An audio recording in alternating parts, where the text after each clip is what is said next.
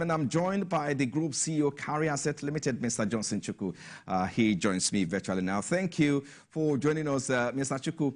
Let's get started with with this conversation. Business activities improved in January from 52.7% to 54.4% in January. So according to the Stanbic IBTC Purchasing Managers Index, this is despite challenges such as FX liquidity and mounting inflationary pressure, among others. So what do you suppose are key drivers for these improved activities? I think we should start from there. Well, thank you, Frank, for having me. I think looking at that increase from 52.7%, of course, we know that the PMI, or Purchasing Managers Index above 50, is a growth or expansion in the economy. So now 54.4% is quite material. That means the economy is actually growing at a very strong rate. But if you look at the general economy, you cannot see that growth. So what I think, by my own estimation of what is going on, is that the purchasing managers are, in order to mitigate or insure themselves against further increase in input costs, increase their demand for inputs. Because basically what we are mentioning is the optimism of purchasing managers to buy inputs in preparation for production. And that always happens if they think demand for their goods is going to increase. But that can also happen when they think the input cost is going to increase in prices and they want to kind of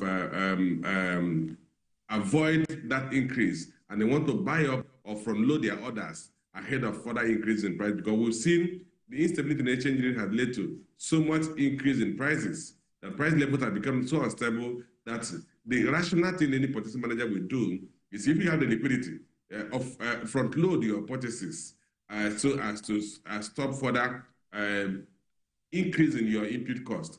I think that may be a major factor. If you consider the fact also that the segment that relates to employment did not so materially increase, because if there is increase in the demand for inputs, there should also be increase in demand for labor to produce those goods. Let me start, Chukwu. Can you hear me? Okay. All right. You talk about inflation, but we get to that quickly. Yes, we talk about inflation. We get to that quickly. But more details on this report show that businesses increase their purchasing activity significantly, resulting in increased stocks of input, just like you put it. But how do you see these rising input costs impacting businesses' bottom lines and, of course, consumer demand? I think we also need to look at that. Yes, okay. What the report said is that some of the pressure that purchasing managers are facing is increasing prices as a result of increase in inflation. Of course, we know December inflation came at a rate of 28.92%. And then naira devaluation or depreciation of local currency, as well as difficulty in assessing effects. Which is why I said, look, some of the things I think is happening is that the purchasing managers are kind of trying to backstop further increase in input cost. What could be the impact of increase in input cost? That the purchasing managers are going to find it difficult to pass on all the increment in costs to the consumers, because purchasing an average consumer purchasing power has been diminished as a result of inflation, and because we are not seeing growth in employment. So it simply means an average household will have a few people employed, and then the average household income is now spread across many people, which means per capita income will decline. So what will happen, which is what I think the purchasing managers, not even purchasing managers, are doing, is that they know that increases in input costs will be difficult to pass on fully to the average consumer in terms of increase in price of finished goods. So they want to stop that further increase in their input costs. But should that continue, should the increases in input costs continue, then the purchasing managers or the factories will have to face two things. One, possible transfer of that increased cost to the prices of goods and services. And secondly, if they cannot succeed in transferring that in form of increased prices, then they will have to absorb losses.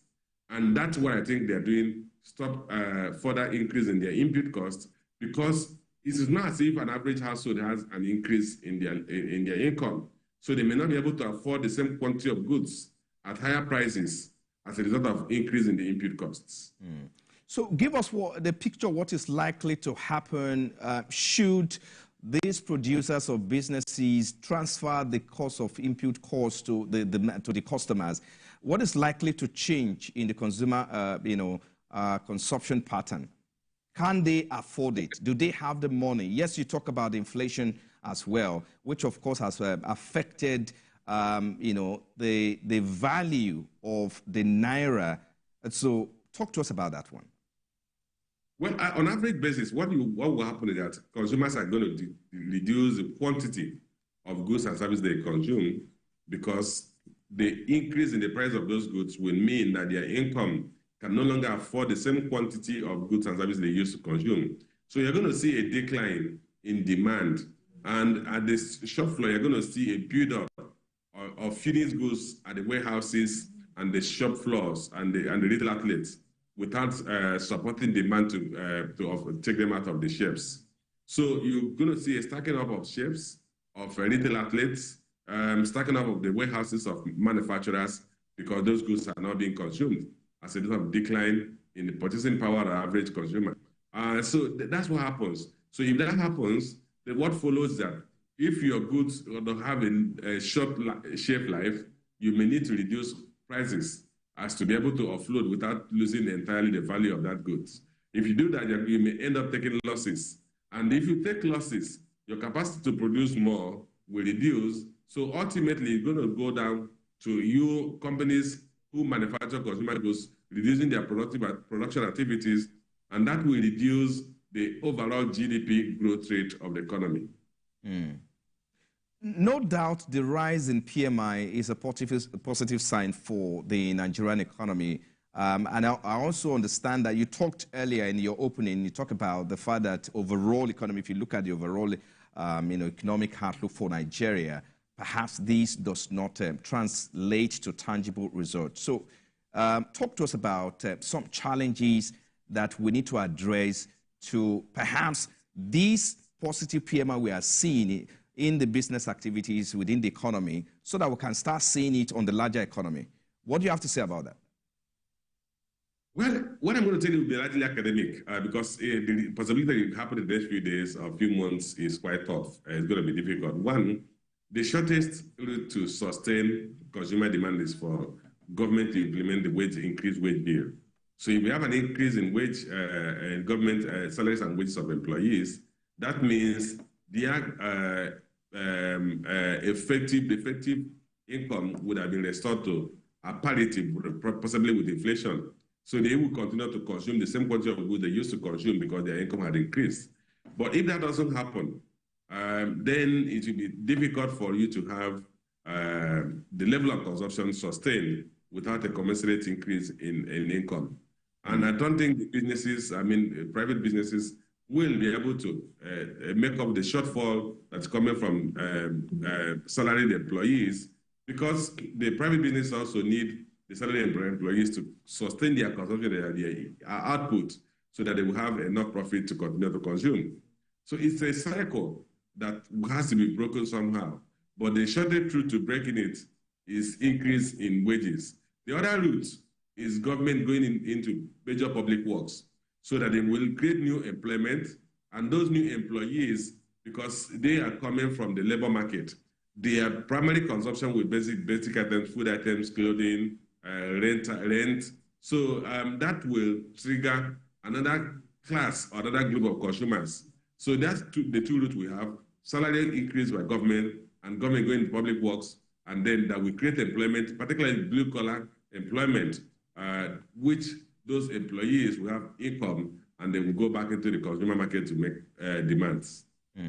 Now, we do know that one of the challenges facing the economy now is the issue of inflation you talked about, and of course the FX liquidity. We've already talked about this over and over, how that the CBN is putting measures in place to address the crisis. But what more options are available for CBN to address the issue of stability in the FX market and, of course, the inflation?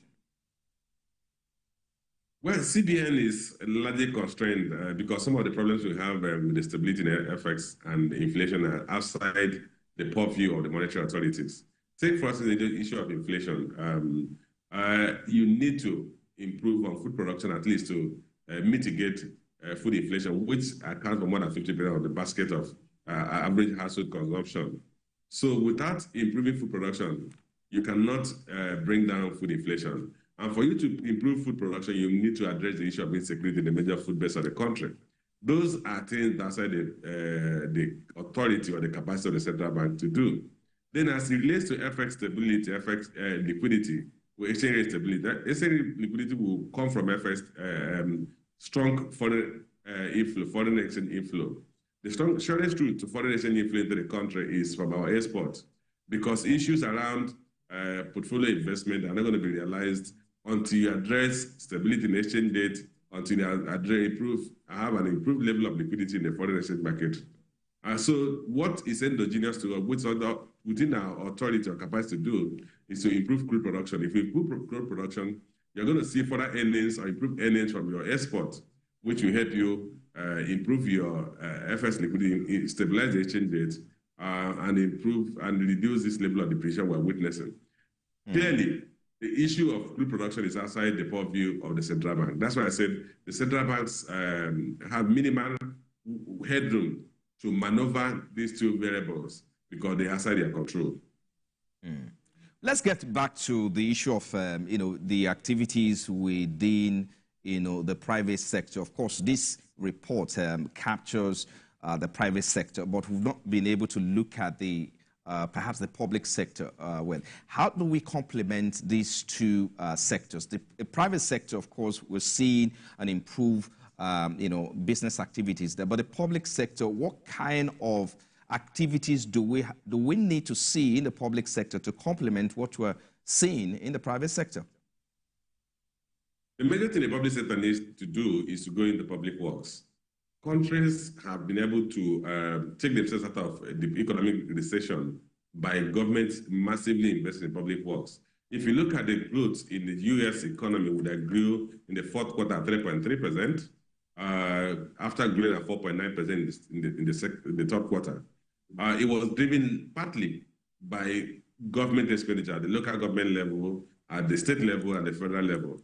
So clearly, the federal government and the state governments and local government today, now they are getting enhanced or increased allocation from federation account as a result of the depreciation of local currency. They should engage in major public works. I know a few states like my home state, Abia State, have been engaging in public works. This government investment in public works has a way of creating employment, particularly those who were previously in the labor market, blue-collar workers, and that will lead to increase in demand for inputs. Because once you create employment, people will earn income. Those people who are earning income will make demand for goods and services. The manufacturers of those goods and services will go back and demand for inputs, raw materials, additional labor input, and energy supply, and what have you, to enable them produce to meet demand. Okay. Let's talk a little bit about, just before I let you go, the man in the street does not understand this figure. Yes, the improved business activities in the private sector, they don't understand it. But how does this improved business activity translate to an impact on livelihood for the man in the street? Or what would you say should be the takeaway for the man in the street? You know, like I said earlier, unfortunately, the increase in business optimism or demand for input did not so much include increase in demand for labor. And that's what would have had a direct impact on the man on the street. Because ultimately, if what is produced is consumed, then the producers will demand for more input. And among those inputs will include demand for labor. But aside from that, many of the inputs that are being demanded are also produced locally. If you talk of raw materials, the raw materials, if it's extracted from a extractive industry, it has to be extracted. You need labor to extract that. So ultimately, if you have a sustained increase in business optimism, in business activities, it will eventually trickle down into increase in labor, increase in income, increase in earnings, and ultimately lead to growth in the economy.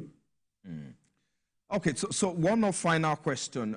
Talk to us about a key event that you think from the fiscal perspective and, of course, from the monetary side of things. What are key events that we begin to see, or programs either from the part of the government, of course, or from the monetary angle that we need to begin to see? We know that there is an MPC meeting coming up in the next 3 weeks from now. So what are the expectations? What are you looking at for? Okay, let me start from what I expect the fiscal authorities see from the fiscal authorities. The budget has been passed into law. Exchange rate at official window has moved about 1,400 naira to $1, which means allocations accruing to the three tiers of government will almost double. If you consider they were using about 750 or 800 or thereabouts to convert dollar to naira. So that means the three tiers of government have more capacity to engage in public work. So I should expect an uptick in construction activities, public sector works by the government. As it relates to the monetary authorities, I think the monetary authorities will be hard-pressed not to increase rates. We are seeing inflation at 28.92%. We've seen the naira depreciate. We saw towards the end of last year, the federal government coming to securitize about 7.3 trillion naira of ways and means. That's liquidity that was injected into the economy. You need to find ways of sucking up that liquidity to reduce the pressures on prices. So I think the monetary authorities will likely have to increase rates, even in as much as that will not drive foreign portfolio investment, but at least let's achieve some level of macroeconomic stability as it relates to price levels. Well said. A great insight from Mr. Johnson Chukwu there. Thank you so much for your time. We've been speaking with Mr. Johnson Chukwu, Group CEO, Cowry Asset Limited. We appreciate your time. Have a great day. Thank you for having me.